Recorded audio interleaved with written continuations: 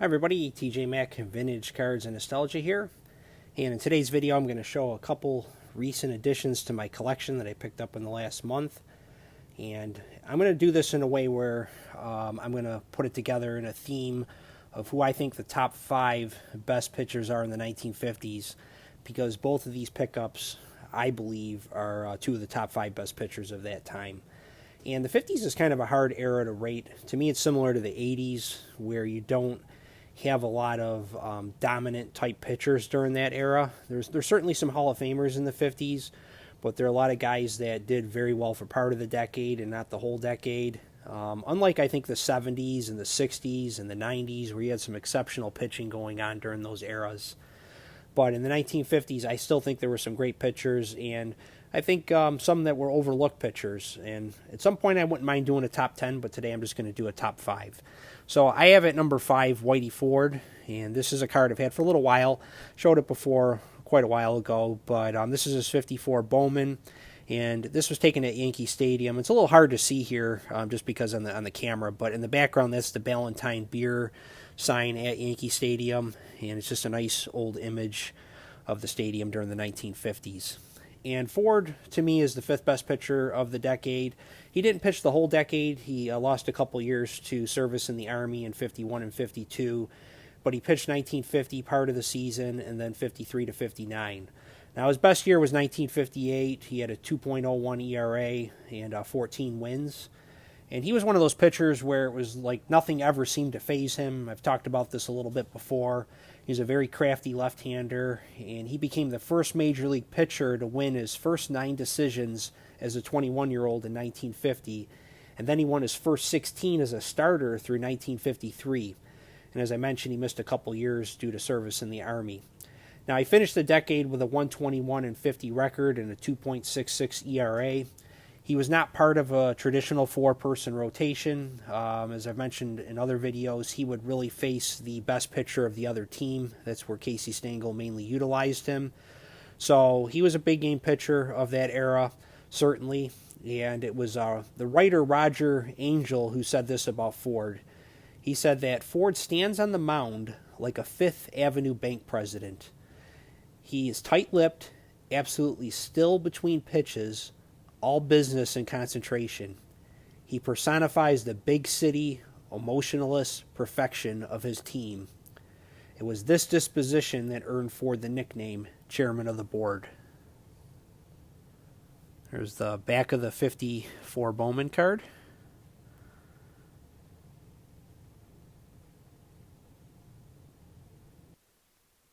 There's a 1963 Sport magazine with Whitey Ford on the cover.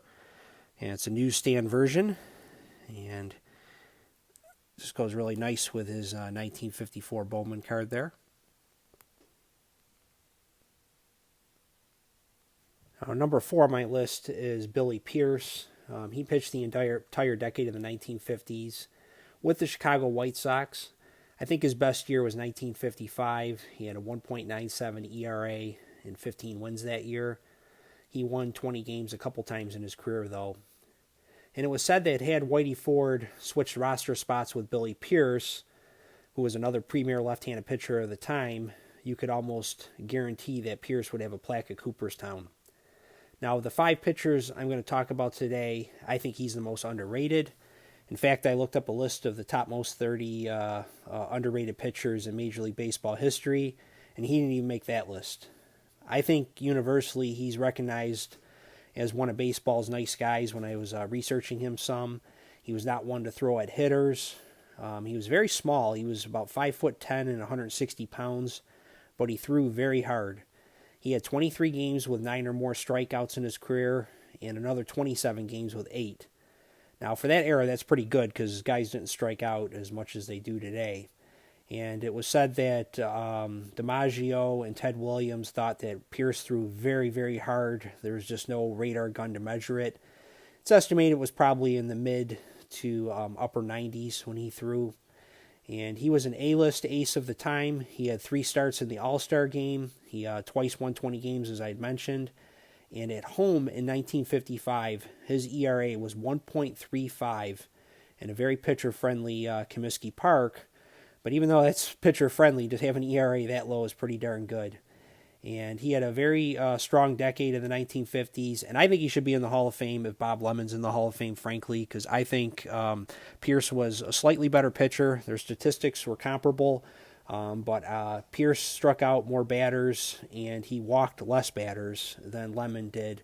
And they're just very comparable pitchers in my view, but I think in a lot of the statistics, Billy Pierce has a slight edge.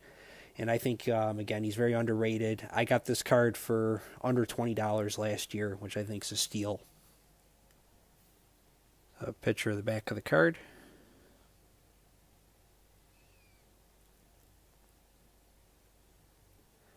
This is a card I just got in the other day. This is a 1955 Bowman early win. He's number 3 on my list. I think his best season was 1954. He pitched the whole decade for the Indians, but in 54 he had a 2.73 ERA and led the major leagues with 23 wins that year. And he also had 20 complete games. Now, he was just a very tough guy. I told a story a while back about how he threw at his son inside during an exhibition game at Yankee Stadium. Nobody crowded the plate on early win, and he even said that he would throw at his mom if she was crowding the plate. Just one of those characters that really brought it on the mound. And if you hit a ball up the middle at him, he would get really pissed off, and he would throw at you at first base and try to hit you. He was just one of those very fiery competitors of that era. And he averaged 20 wins a year from 1951 to 1956. Now, had they had a Cy Young Award in the early 1950s, I think he surely would have won maybe one or two of them. He did win one in 1959 when they only gave one Cy Young out to the entire league, both American and National League, with the Chicago White Sox. And he's just really one of the exceptional pitchers of that era. And one of the things to note is that he and Warren Spahn are the only two 300-game winners between 1942 and 1982. And I think that's pretty impressive. I got this card for $37 shipped to my door, and I think it's a steal compared, considering how good a pitcher he was. And on the back of the card, he is giving advice to youngsters about being grateful to be part of the Pony League Baseball. And he has a chance to play. They have a chance to play ball under the supervision of those trying to teach them the fundamentals of the game. Not sure if he really wrote this, but just a nice little back of the card that's different than what you would see in some of the typical cards of that era and thereafter. Just love that 55 Bowman set. You got a nice patch on his arm there, Chief Wahoo, the old-time glove there.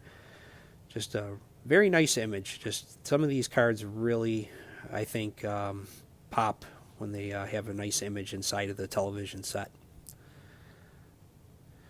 Okay, and here's my other pickup, and he's number 2 on my list, is this 1952 Bowman Robin Roberts. Roberts pitched the whole decade of the 1950s with the Phillies, and his best year was probably either 52 or 53. I'll go with 52 because that's the card I'm showing here. He had a 2.59 ERA. He won 28 games that year. The Phillies overall won 87, and he had just 7 losses. So he had an 800 winning percentage, threw 330 innings and 30 complete games. Only had 45 walks that year. And he was really a workhorse from 1950 to 1955. Just had a lot of complete games during that time. And it was said, some would say it was that workload that really took a toll on him by the later part of the 1950s. And he was one of the best pitchers in baseball from 50 to 55, racking up 20 wins every year during that time. And then starting in 56, he was starting to struggle a little bit more, and some would say the exhaustion started setting in that time. He was 19 and 18 in 56 with a 4.45 ERA, but he gave up 46 home runs that year, which was a major league record that stood until Jose Lima surrendered 50 for the Astros in 2000. Now, Robin Roberts in his entire career gave up 505 home runs, which was the most allowed until Jamie Moyer topped it in 2010. Just a great pitcher of that era, and somebody I'm glad to have in my collection. Love these early 50s Bowman cards. I've talked about that before. Look at the pose there, and you got a nice image of a stadium behind him. So a photo of the back of the card.